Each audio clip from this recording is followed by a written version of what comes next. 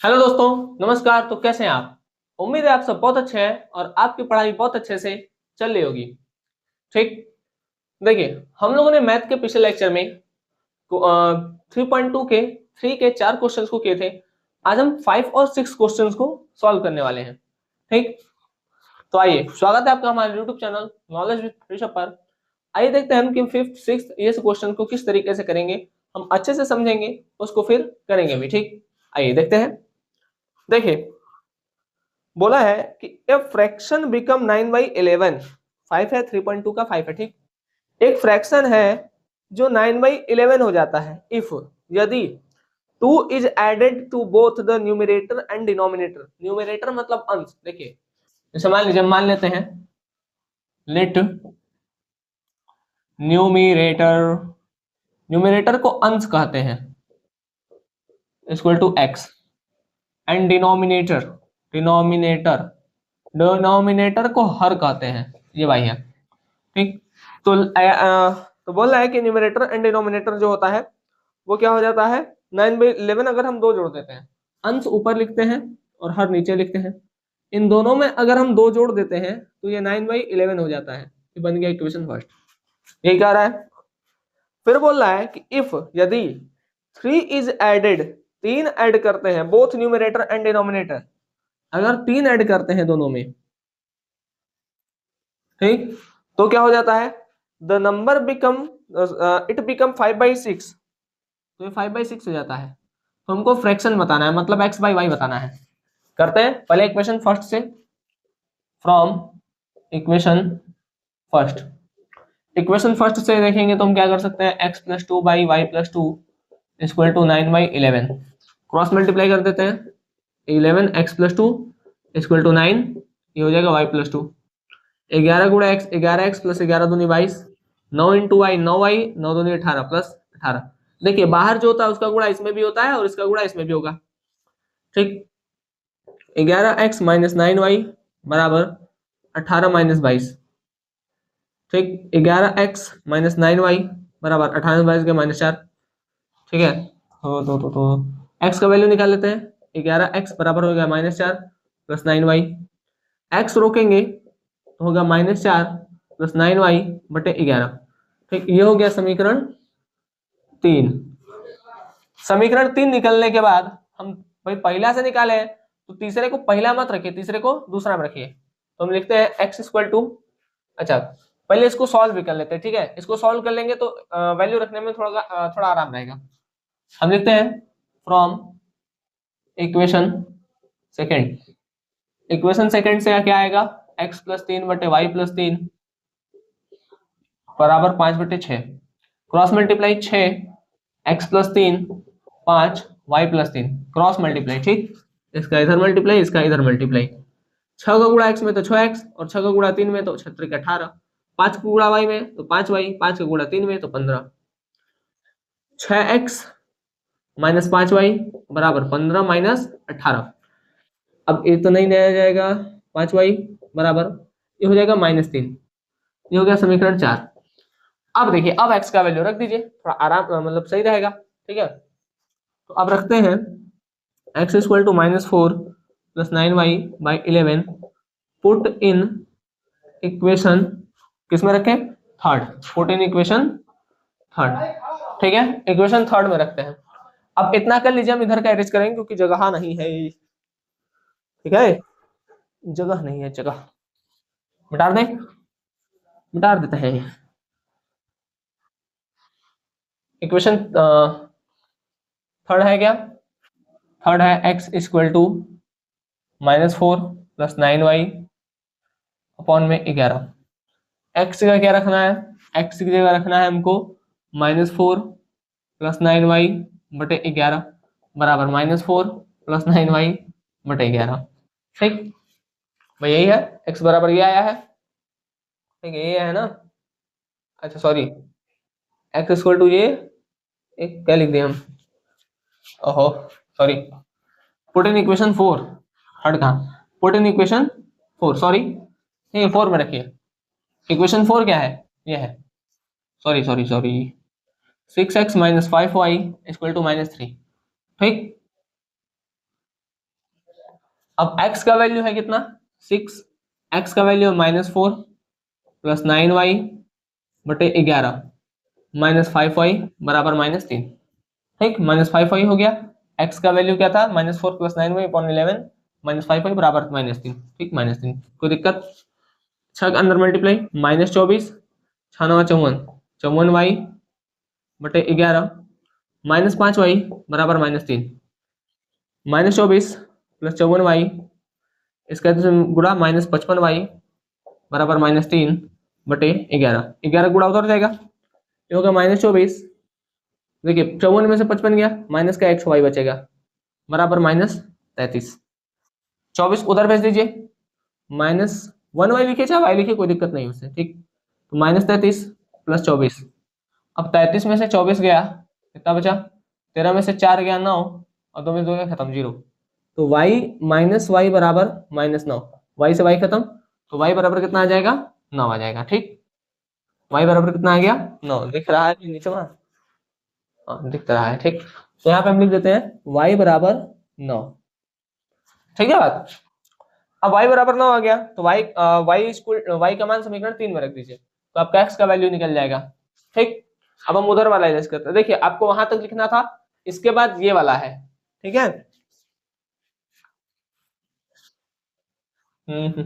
ठीक, चलिए समीकरण 3 लिख देते हैं।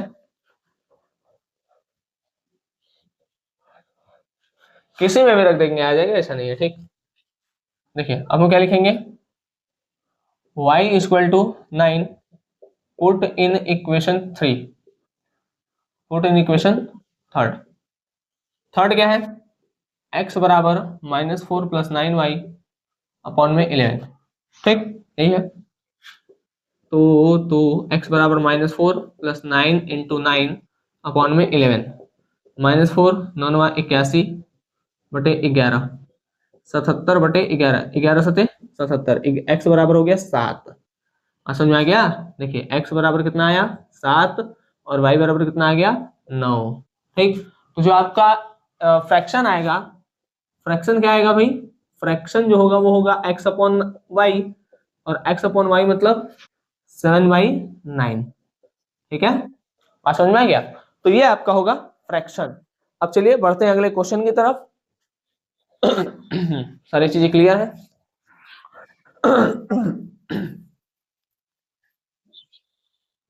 इसको रेज करते हैं, अब अगला क्वेश्चन देखते हैं, जो कि हमारा 3.2 का लास्ट क्वेश्चन है। ये 5th क्वेश्चन था और ये वाला होगा लास्ट, मतलब 6 वाला क्वेश्चन होगा। ठीक है, चलिए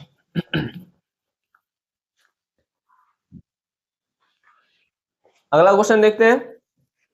अगला क्वेश्चन क्या बोल रहा है, बोल रहा है 5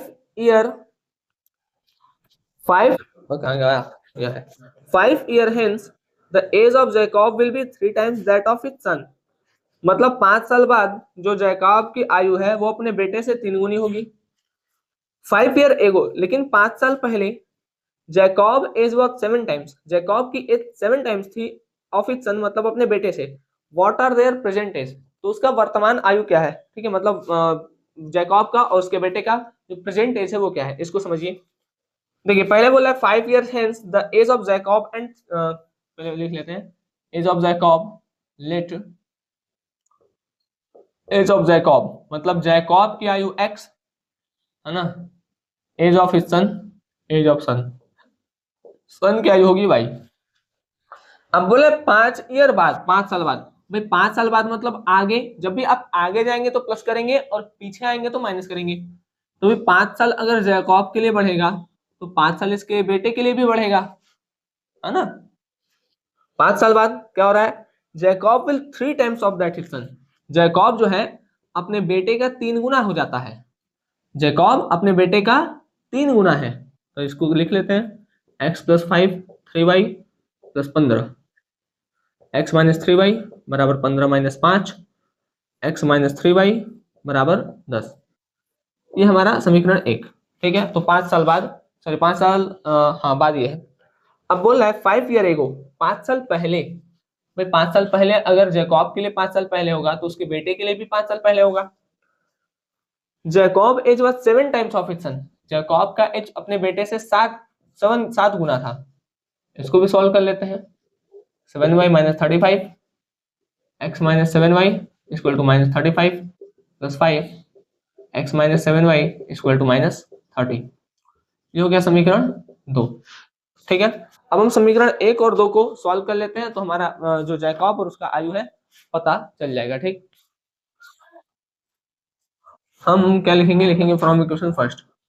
from equation first, equation first से हम क्या देख सकते हैं, देखिए x minus 3y equal to 10, तो x इक्वल टू होगा 10 प्लस 3y। ठीक है, इसको बना लेते हैं इक्वेशन 3। ठीक है, अब लिखते हैं x equal to 10 plus 3y, put in equation 2। भाई इसमें दूसरे में रखेंगे। ठीक है, इक्वेशन 2 में क्या कर देते हैं, पुट कर देते हैं।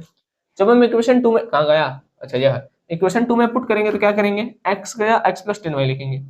इक्वेशन 2 क्या है, x माइनस 7y बराबर माइनस का 30, x मतलब 10 प्लस 3y, x की जगह 10 प्लस 3y माइनस 7y बराबर माइनस 30। ठीक, 10 प्लस 3y माइनस 7y बराबर माइनस 30। 10 भाई कितना हो जाएगा आपका, 7 में से 3 गया, माइनस 4y बराबर माइनस का 30। 10 उधर जाएगा, माइनस 4y बराबर माइनस 30, माइनस 10 माइनस 4y बराबर माइनस 40, माइनस माइनस खत्म, y बराबर आएगा 40/4, 4 दहा में 40, y बराबर आ गया 10।